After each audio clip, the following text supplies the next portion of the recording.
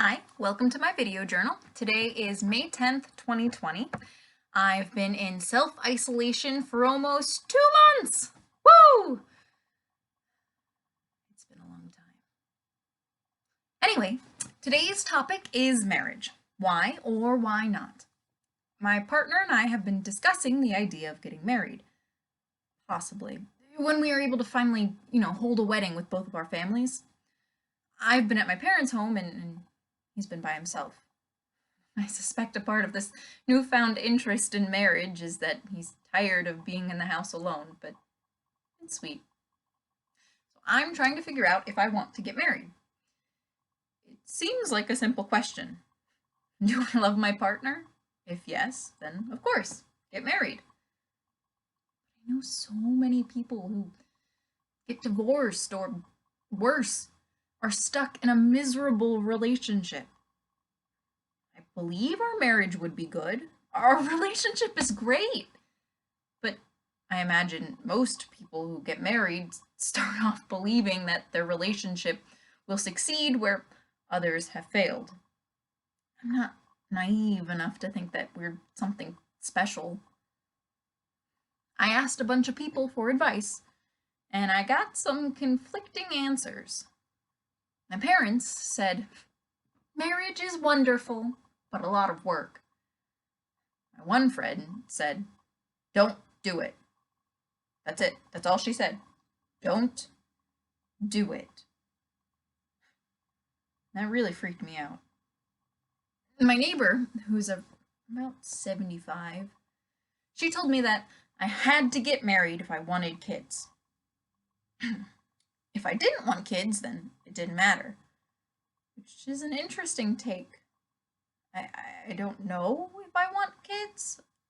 Then is that really a good enough reason to commit my entire life to someone? I don't know. So I'm not satisfied with any of this advice, and I decided to take to history and literature to see what is marriage, and why marriage or why not marriage. I recently read a play by Margaret Cavendish, the Duchess of Newcastle, which was written in 1660. She was, by all accounts, happily married and enjoyed an artistic partnership with her husband. For the times, she was free to do pretty much whatever she wanted. She dressed on the wild side and held these play reading parties with her friends where they would discuss all of these modern ideas. So from this description, you'd think that her plays would really tout the value of marriage, right? No. Here's what one of her characters says about marriage. Put the case I should marry the best of men, if any best there be. So right off the bat, she's not even sure there are men worth marrying. She continues. Yet would a married life have more crosses and sorrows than pleasures, freedoms, or happiness? More crosses and sorrows. This isn't looking good. Nay, to those that are virtuous is a greater restraint than a monastery. So, marrying a virtuous man is worse than living in a monastery. What does that even mean? I mean, I guess she doesn't want to spend all weekend in church and then being told how to be a good wife all day long. That would be annoying. Then she says, and since there is so much folly, vanity, and falsehood in men, why should women trouble and vex themselves for their sake? She is clearly not a fan of marriage. Remember, this is 1660. This is not a feminist from 1979. When you think about the historical life, consider that marriage has always been a bad choice for women. In fact, it's not really been a choice at all. You either get married, or you die in poverty, or somehow you are able to support yourself. Maybe your parents are wealthy, and they fund your life, or maybe you earn money on your own. But in 1660 England, that would really only be a maid, a teacher, a tailor, a shoemaker, an embroiderer, Or if you were inclined to uncommon occupations, you could be a lawyer, a healer, a prostitute. But that's about it. Even if you did any of these jobs, you were certainly going to be paid far less than you deserved, and far, far less than most men, even in the lowest of jobs. Sounds familiar. So suppose a woman in 1660 was not able to make her own living. Then her other choices were to become a nun or get married. So you chose marriage. And then what? Your money, your property, your children, your body, they all now belong to your husband.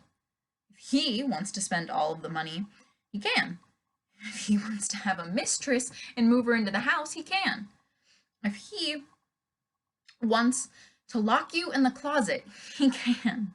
If he wants to sell your heirlooms from your grandmother for beer money, he can. So I see why even if Margaret Cavendish had a good marriage, she might be inclined to warn other women away from it. Kind of like my friend who said don't do it. She had a really bad experience and she doesn't want anyone else to go through that. From a historical point of view, marriage was not great. And even women who got lucky and had good, kind husbands like Margaret knew it was a bad choice for most women. Has anything changed? I feel like now I definitely have a choice. I mean, I have a good job. I don't need to marry someone for money. I'm not being forced into an arranged marriage. I also have the option to get out of the marriage if the relationship doesn't work out. I think that's a plus on the marriage side. Women are able to file for divorce. Wow. Divorce is a plus. That's depressing. Not sure what to do with that concept. I can't very well go to my partner and say, hey, I've decided we should get married because if it doesn't work out, we can always get a divorce. That's just wrong. Hold on a minute. Let's see. I'm searching the secrets of a happy marriage. Oh, there are thousands of books about how to do this right. Does that one say choose to be attracted to your partner? Can you choose that? Interesting. What does this one say? The secret to a happy marriage: separate bathrooms. Oh my. Here we've got spend time apart, have your own hobbies, give each other space. Don't be afraid to go on separate vacations. Remember that you are a person on your own, not just half of a couple.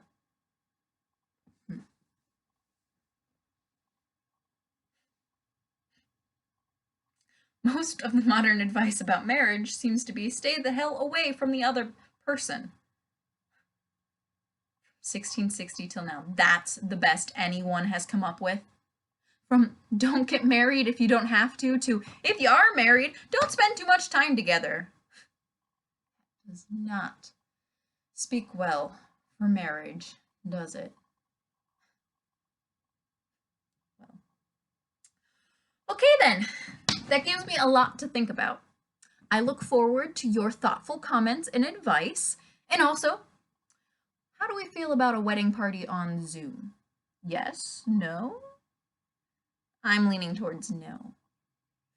Have a great day, everyone, and I'll be back tomorrow with another video journal entry where I am going to talk about where to buy toilet paper in town and the best website to order it from. Seems like some people are still having trouble with this, and I have a few good tips. So until then, bye.